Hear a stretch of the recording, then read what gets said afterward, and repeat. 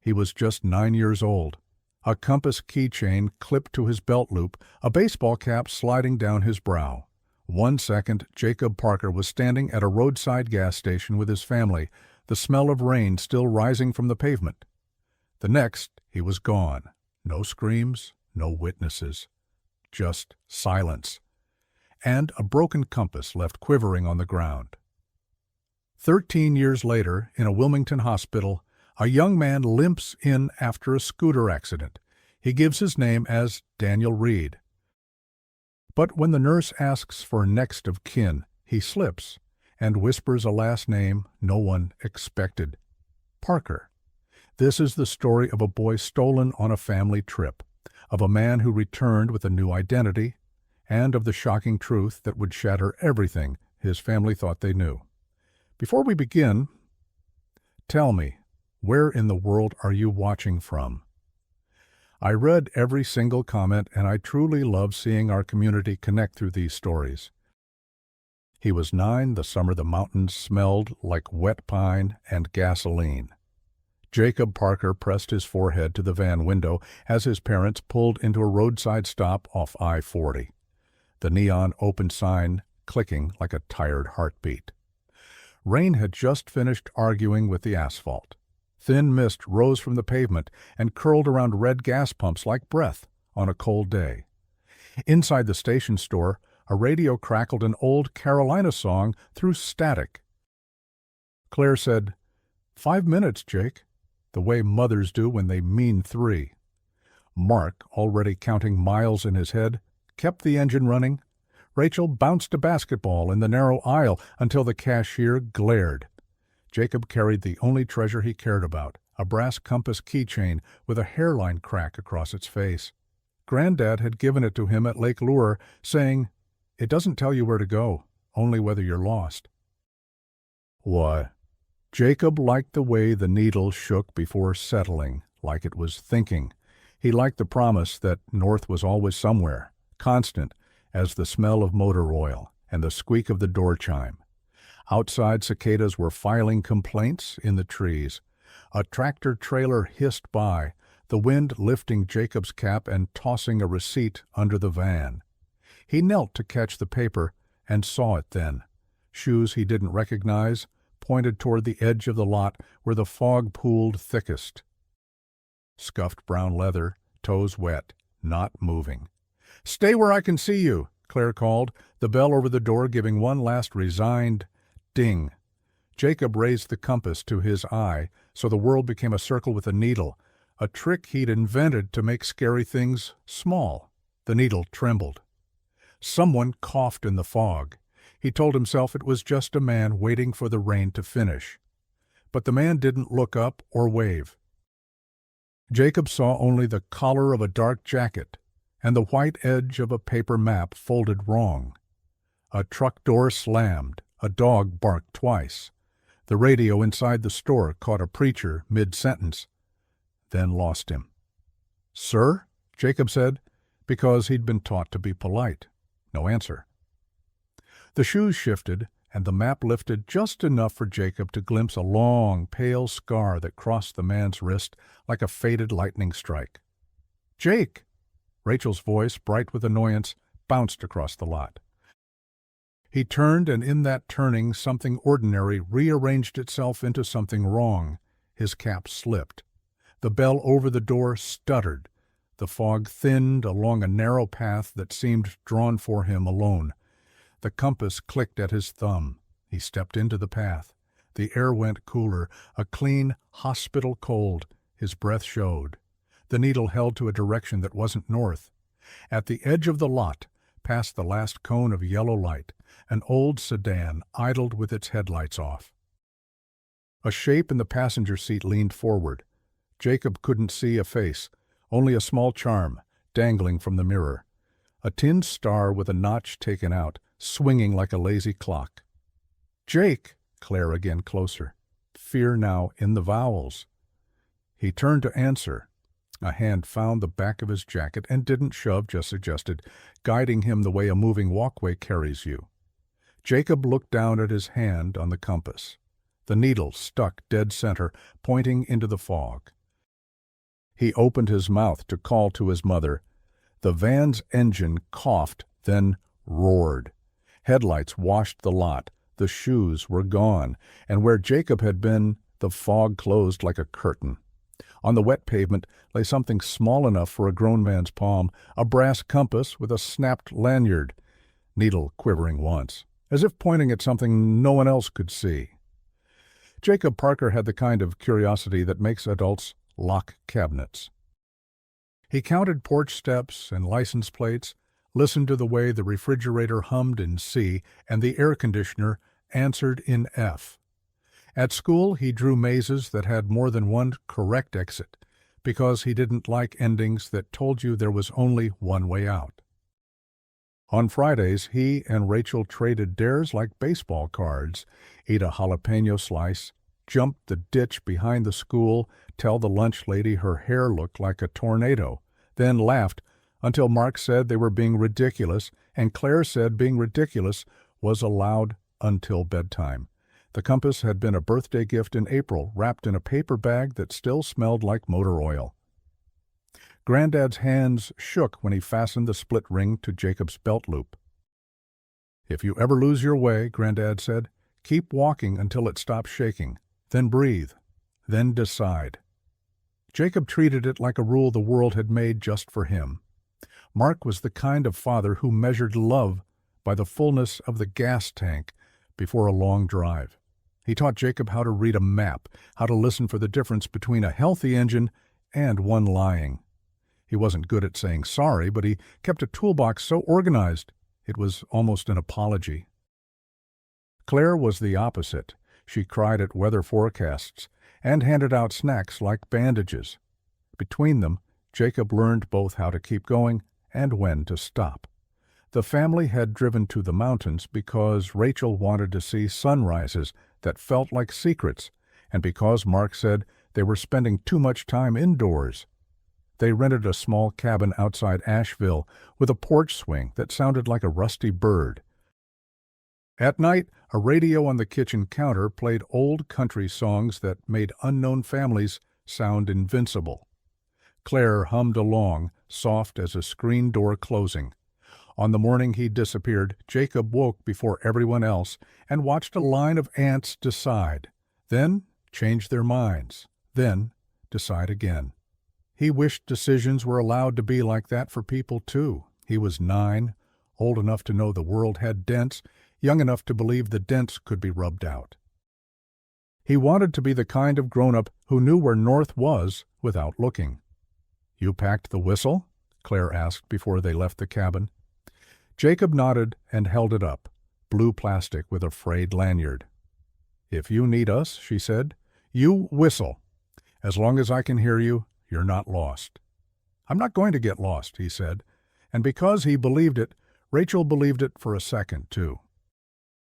At the station store, he asked the cashier how far the Blue Ridge Parkway went if you didn't stop. "All the way to the sky," the man said without looking up. Outside, Jacob spun the compass just to watch the needle argue with itself. Later, when police asked Rachel what her brother was like, she said, "He was a kid who carried questions like other kids carry quarters." She didn't mention that he cried when he missed their dad's low whistle cue in the ballpark crowd, or that he had a habit of standing in doorways, 1 foot in and 1 foot out, like he was auditioning for both rooms. Jacob's fragility was ordinary. He hated deep water, and the moment lights flicked off in gym class. He slept with his window cracked even in winter, because he liked to hear trains talk to each other in the dark. He kept a notebook of street names, Sycamore, Hawthorne, Foxfire, as if collecting exits for later. "You don't have to remember everything," Claire told him once when she found the notebook under his pillow. "I'm not trying to," he said. "I'm just practicing." Mark wanted Jacob brave. "The world is as scary as you let it," he'd say, palm heavy on Jacob's shoulder. "If you don't like the story, change the page." But Jacob sometimes liked the scary parts because they made the quiet parts brighter. He would stand on the porch and count the seconds between lightning and thunder, thrilled by the math of distance and the mercy of delay. He and Rachel shared a language of taps and looks, invented the night their parents fought about money. 3 knuckle taps meant I'm fine, 2 meant I'm lying, 1 meant come now. They used it when they didn't want adults to see the seams. On the way to the mountains, Rachel tapped twice and smiled anyway. Jacob didn't ask why. There is a before in every family, and there is an after. In the before photos, Jacob's eyes rest just outside the frame, as if watching the future set up its tripod. In the after, those same photographs feel like warnings no one read in time. 13 years later, in Wilmington, a nurse would type a name into a hospital intake form and pause. She would look twice at a license that said Daniel Reed and at a face that carried a childhood without speaking. She would pick up the phone now. And far away, in the Parker house where the porch swing no longer sang, Claire's cell would ring against the kitchen counter. Caller ID, a number she didn't know. The first sign wasn't a footprint or a ransom note. It was a sound that shouldn't have existed. The station's door chime, pinging twice after closing time, captured faintly on a police body mic while officers swept the lot. Detective Lena Whitaker replayed the clip until the ding blurred into a ghost of itself. 2 pings, 6 seconds apart, with no one there. "Wind," the rookie said. "Wind doesn't pull a handle," Lena answered, and wrote the times in a small green journal, worn thin. Then she kept listening until the silence felt staged, a metronome for the rest of her life. Tick-tock, look closer. They canvassed the station. The cashier remembered the boy with the compass and the girl bouncing the ball. Remembered the mother's soft voice, the father's map folded the right way. He didn't remember anyone else except a man who paid cash for a road atlas and cigarettes, sleeves too long for June. "Scar on his wrist?" Lena asked. The cashier frowned, then nodded like a memory had snapped into place. Outside, the rain returned in a shiver. The security camera over Pump 3 offered 9 minutes of usable footage around the moment Jacob disappeared. At 3:18 p.m., the picture stuttered, frames skipping. At 3:19, a long sedan slid past the edge of the lot with its headlights off. Mirror ornament swinging, a small tin star with a bite missing from one point. At 3:20, a tractor-trailer cut across the lane, blocking the view. When the view cleared, the wet shine where a child had stood reflected only neon and gray. Claire kept repeating the same sentence. He was here, then he wasn't. Mark kept repeating a different one. He wouldn't wander. Rachel said little and squeezed the basketball until the pebbled rubber imprinted her palms. Lena asked for every object that might matter. They found Jacob's cap under the van, damp and clean, no grit along the brim, meaning it had fallen, not been dragged. They found the compass near a painted line, the lanyard snapped clean instead of frayed. The needle twitched when Lena lifted it, then pointed east. Neighbors from the cabin brought casseroles and theories. A man 3 lots down said he'd seen a gray car idling by the mailboxes the day before. A retired teacher said people smuggled children to the coast. "The coast where?" Lena asked. "Any coast," the woman answered, as if oceans were the same. Rachel overheard and hurled the ball into the trees, startling crows. Nights turned thin again. Claire started sleeping on the couch with the porch light on, a lighthouse for no one. Mark sat at the kitchen table with folded maps like a gambler holding a losing hand. He circled the exits from that day, also the places Jacob loved, the minor league ballpark, the Riverwalk, the flea market, where a vendor sold knives. If he ran, Mark whispered to no one, he'd head somewhere he recognizes.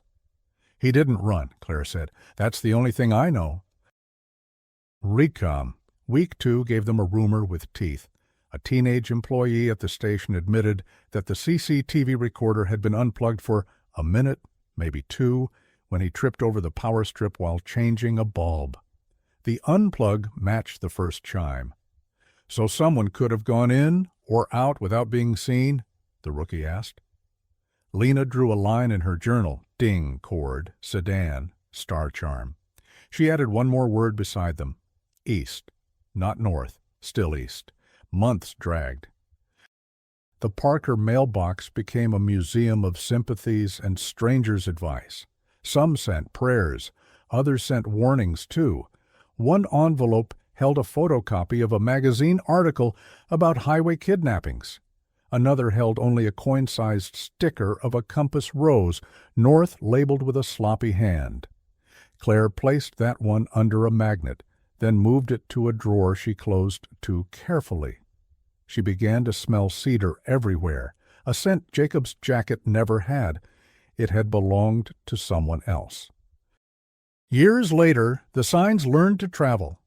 A woman Claire didn't know approached her in the frozen aisle of a grocery store in Asheville and said, "I saw your boy at the ferry last summer." The woman's cart held popsicles and fish sticks. "He was older," she added. "Different name." But it was him. Claire asked where. "Southport," the woman said. "He had that look of someone who keeps one bag ready." Claire wrote the name on a receipt, then left the groceries and drove home without buying anything. 2 weeks later, Claire drove to Southport with a thermos she didn't drink. The ferry terminal was gulls and announcements. At the counter, a clerk with chipped red polish said she remembered a young man who rode often, who waited near the exit with a blue canvas duffel under his shoes. "He asked if you can cross without ID," the clerk said. "Said his wallet kept slipping his mind." "Did he give a name?" "Dan," she said after thinking. "Or maybe Danny." The clerk frowned. He smelled like cedar. Claire thanked her, bought a map, and sat outside watching 2 ferries leave without her, writing times in the margin.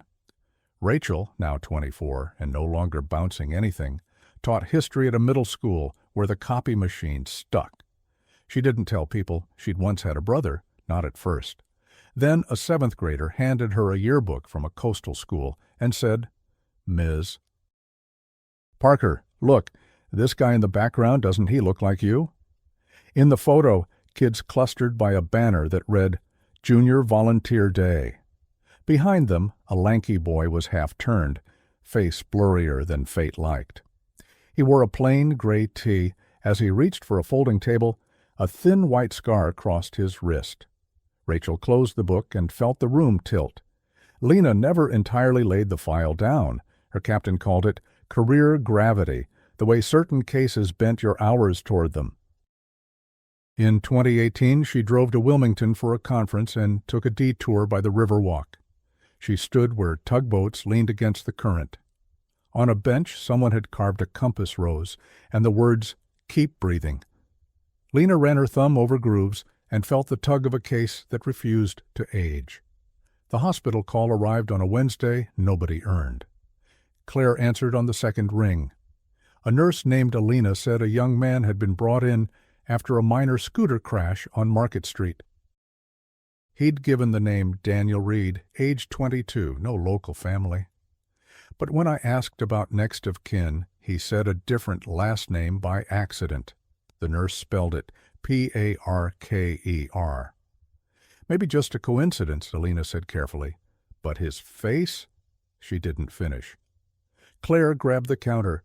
Rachel, hearing the name from the next room, covered her mouth and leaned on the refrigerator door. On the drive east, the sky flattened from mountain blue to a coast-bound gray. Gas stations blurred into each other until one did not. A low cinder-block place with an open sign that clicked like a tired heartbeat. Claire pulled in without meaning to. Inside, the radio struggled through static and found the same old Carolina song. Rachel stood where the basketball had once thumped a rhythm and closed her eyes. A receipt in a dusty frame showed the station's name, the font unchanged. They reached the hospital just before visiting hours ended. A clerk said Daniel was getting stitches and would be out soon. Claire's hand shook the way Granddad's had when he gave Jacob the compass. The waiting room smelled of lemon cleaner. On a notice board, a transit map showed ferry route. Rachel traced it, saving the shape. A security guard pushed a full bin and dropped a handful of lanyards into it. Frayed, broken. On top lay one that made Claire's throat close. Blue nylon, worn smooth. She reached, but stopped herself. "We cut those off when they snagged," the guard said. Claire nodded and pretended that explained anything. Then the clerk called a name that became weather.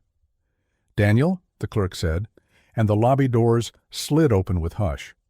The young man who stepped through had a thin white scar across his left wrist and eyes that carried 2 different calendars. He scanned the room, paused at Rachel, recognizing the shape of a look he used to borrow, then at Claire. His mouth opened, but no sound came. Alina touched his elbow. "Your family?" she asked softly. He blinked once, twice, as if choosing from a set of truths. "I don't know," he said, "but I think I remember an old porch swing." Claire took a step forward. Before she could take the second, the automatic doors whispered again, and a man in a worn, dark jacket entered, the kind that hides in weather. He moved toward the desk with the ease of someone who signs forms for others. A tin star keychain knocked once against his knuckles, notch flashing. He looked at Daniel and smiled, like a promise that comes with a price. "Dad," Daniel said, to the wrong man. Detective Lena Whitaker was the one who got the call the same night Daniel Reed's name appeared on the Wilmington hospital chart. She had promised herself she wouldn't drive east anymore for a ghost, but she was there by dawn, coffee bitter enough to remind her she was still awake. She found Claire and Rachel in the waiting room, hands clasped like a 2-person lifeline. The young man sat across from them, posture rigid, as if afraid of being claimed by the wrong story. "Jacob?" Lena asked softly. He looked up at her badge before her face, a habit people learn when they've been questioned too many times. "My name's Daniel," he said, automatic, then quieter. "But sometimes I dream someone calls me Jake." His voice broke halfway through the name, as if his throat had to be taught how to shape it. Claire wanted to run to him, but Lena's hand rose like a caution sign. "Let's go slow," she said. "Truth doesn't sprint." They asked Daniel about the man in the dark jacket. He claimed not to know him, but when Lena pressed, his pupils shrank, and his right hand tightened around his hospital wristband. "He called himself Roy," Daniel admitted, "said he was my father. He said, my real family didn't want me." The words tasted rehearsed, like something drilled into him during car rides with the windows cracked. Lena wrote the name in her green journal and underlined it twice. "Roy who?" she asked. Daniel shook his head. "I never saw his mail. He just told me stories about places we'd never been, but he made them sound like we had. Cedar cabins, riverbanks, baseball fields." Claire gasped. Those were Jacob's places from Asheville. Rachel leaned forward. "What about the compass?" she asked. "Do you remember the compass?" Daniel blinked. Slowly, as if pulling a memory through fog, he mimed holding something small. "North," he whispered. "Granddad said north doesn't lie." His hands trembled, and for a moment he wasn't Daniel at all. He was Jacob, barefoot on a porch, counting train whistles in the dark. But truth has teeth, and Lena knew one glimpse wasn't enough. She requested DNA. The hospital took swabs. The lab promised results in a week. Meanwhile, Lena dug into Roy. The man had no driver's license in North Carolina, but a Roy Franklin in Brunswick County had a record for custodial interference filed 13 years earlier, charges that had evaporated when the complainant withdrew. The complainant's name was Anne Franklin, a cousin of Mark Parker. When Lena brought this to Claire, her knees buckled. "Mark's family," she whispered. Mark himself sat silent, jaw clenched. He admitted he hadn't seen that cousin in decades. "She hated me," he said flatly, "said I wasn't good enough for Claire, but she wouldn't." He stopped, unable to finish. Daniel Jacob listened, like a man eavesdropping on his own obituary. "So I was taken by family?" he asked finally. "Not strangers?" Lena didn't answer. She let the silence carry the weight. The investigation twisted like smoke. Lena interviewed neighbors who remembered Anne Franklin's brief return to Wilmington in 2010, staying with a man in a dark jacket who never gave his last name. They rented a cottage near the ferry, cash only. The landlord recalled a boy, thin, quiet, who answered to Danny. He carried a blue nylon whistle on a string. At the Parker home, Claire found an old shoebox in the attic labeled Lake Lure. Inside were Polaroids of summer trips, including one where Anne Franklin stood in the background, her arm around Jacob, though no one had noticed at the time. In one corner of the photo, partly out of frame, a man's wrist showed a pale scar. Claire stared until the image blurred. Meanwhile, Daniel began keeping a notebook, recording fragments he thought were dreams. The smell of gasoline, the sound of cicadas, a basketball bouncing on concrete. Rachel recognized them instantly. "They're not dreams," she told him. "They're memories." Daniel looked at her like someone who'd just learned a mirror could lie. But every attempt to bridge the gap met a wall. When Claire tried to hug him, he flinched. When Mark offered to show him the old backyard, he shook his head. "I don't know this place," he said. "I know fairy horns and cedar smoke." Lena followed the cedar. She traced purchases of bulk cedar wood to a supplier in Southport. One invoice was signed by Roy F. She drove there, found the yard manager, and asked who Roy was. The man shrugged. "Quiet guy, paid cash, said cedar keeps the bugs out, always had a kid with him, kid never talked." The pattern hardened. Roy had built a life around erasing tracks, but he couldn't erase scent, sound, or habit. Every cedar beam carried Jacob Parker's absence. Every ferry ticket punched under Daniel Reed was a breadcrumb. The week ended. The DNA came back 99.9% match. Daniel Reed was Jacob Parker. Claire cried so hard she shook the paper in her hands. Rachel gripped her mother, whispering, "I told you, I told you." But Mark stared at the result too long. "Then why call him Daniel?" he asked. No one answered. That night, Daniel sat alone on the Parker porch, the swing creaking like an old bird. He held a compass Rachel had dug out of the evidence box. The glass was cracked, the lanyard snapped. He flicked it with his thumb until the needle stilled, pointing east. He whispered a word none of them heard. Inside, Lena flipped her journal shut. She had mapped exits, scars, and ferry routes. But one question gnawed. If Roy took Jacob for love twisted into theft, why was Roy now showing himself again, walking into the hospital lobby like a man unafraid? What did he want 13 years later? The question hung heavier than the answer. Because sometimes signs don't lead you out. Sometimes they lead you deeper in.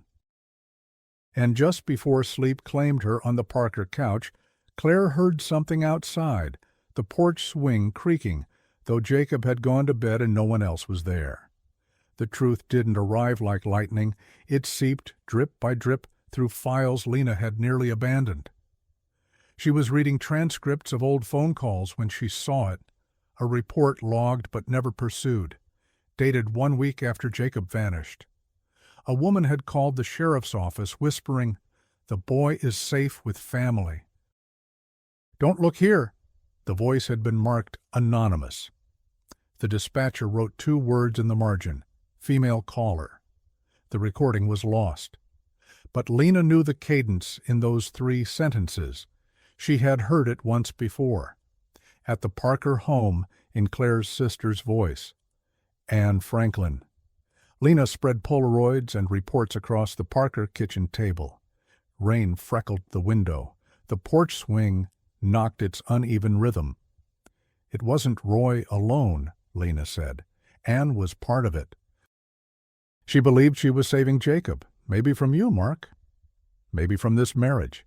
Claire recoiled. She couldn't. but her voice thinned before the denial finished. Daniel listened, arms crossed tight. So, my own blood took me? My aunt? The word tasted foreign in his mouth. And Roy? What was he to her? Not just a stranger, Lena said. A partner, maybe more. She disappears from records, shows up in fairy logs with him. They created a story where you were theirs. Daniel Reed was built from lies, Anne wrote. Rachel slammed her palm on the table. Then why bring him back now? That was the hinge no one could oil. Because if Roy wanted to disappear, he'd had 13 years of practice. Instead, he walked into a hospital, letting Jacob see him, even calling himself father. It meant one of two things. He was tired of hiding, or he wanted the family to know something. The answer arrived that night when Lena's phone buzzed. A voicemail, no number. Just a man's voice, low and calm. He was never supposed to remember, but he will. And when he does, you'll understand why I did it. Click. Lena replayed it 4 times.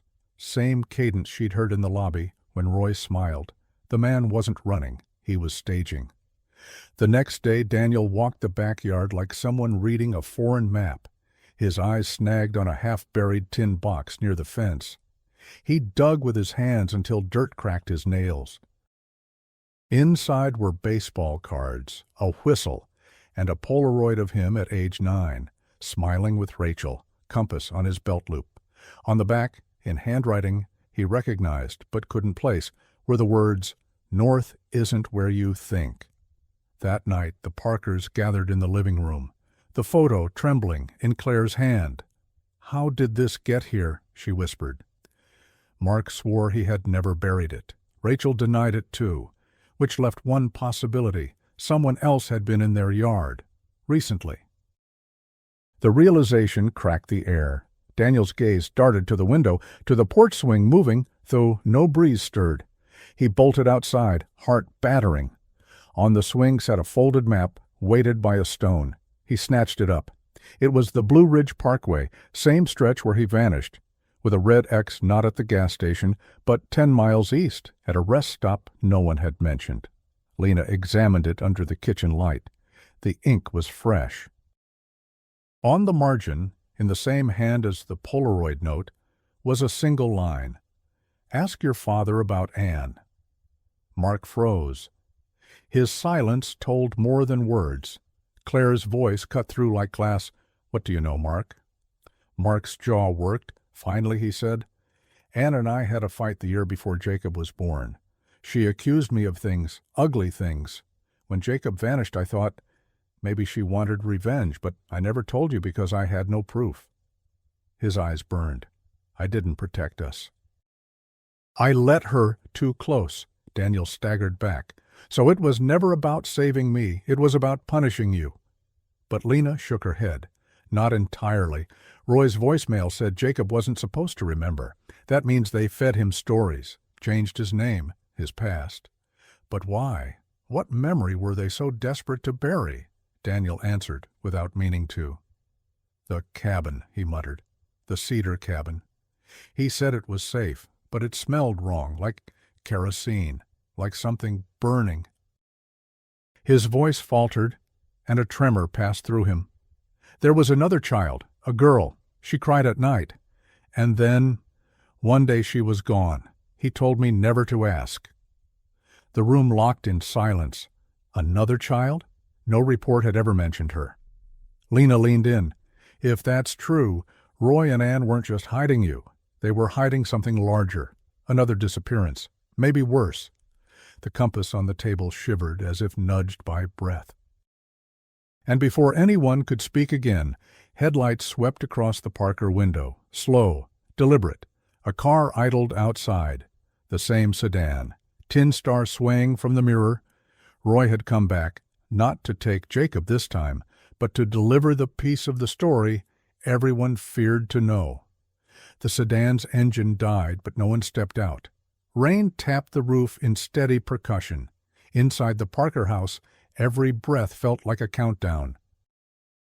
Daniel stood frozen by the window, torn between running and opening the door.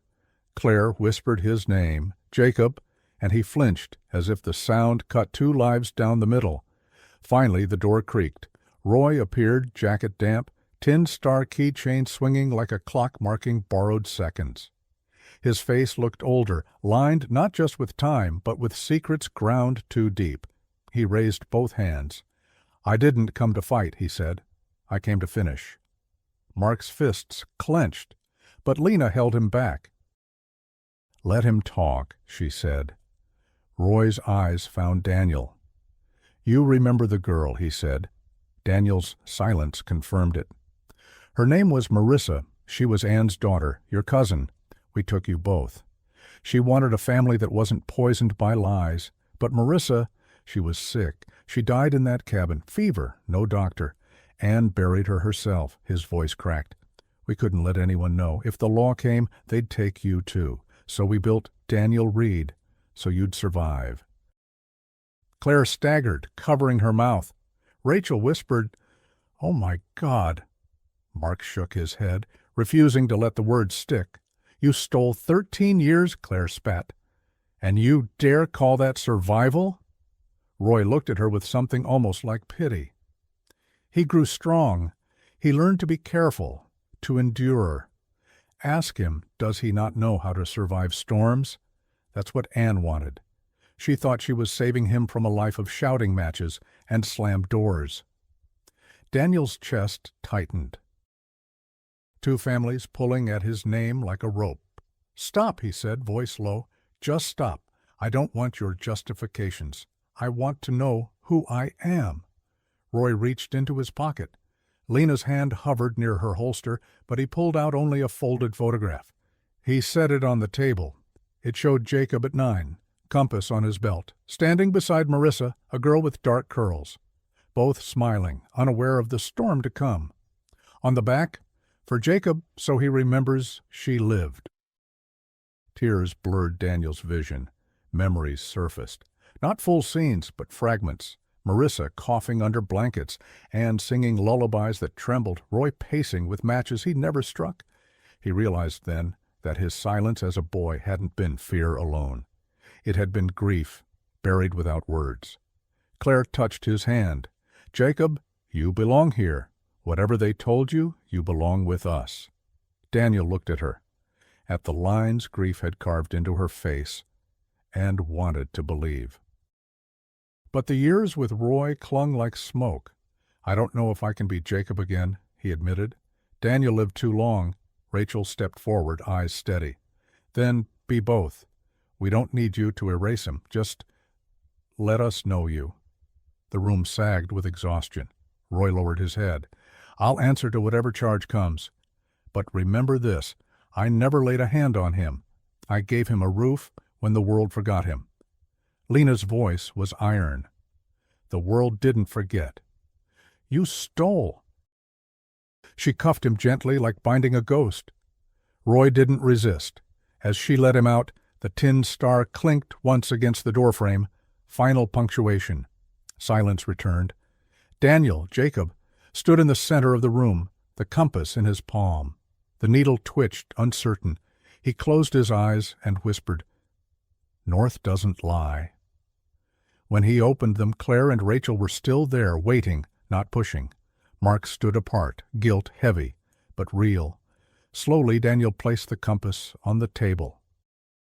"I'll try," he said, just that. Not a promise, but a beginning.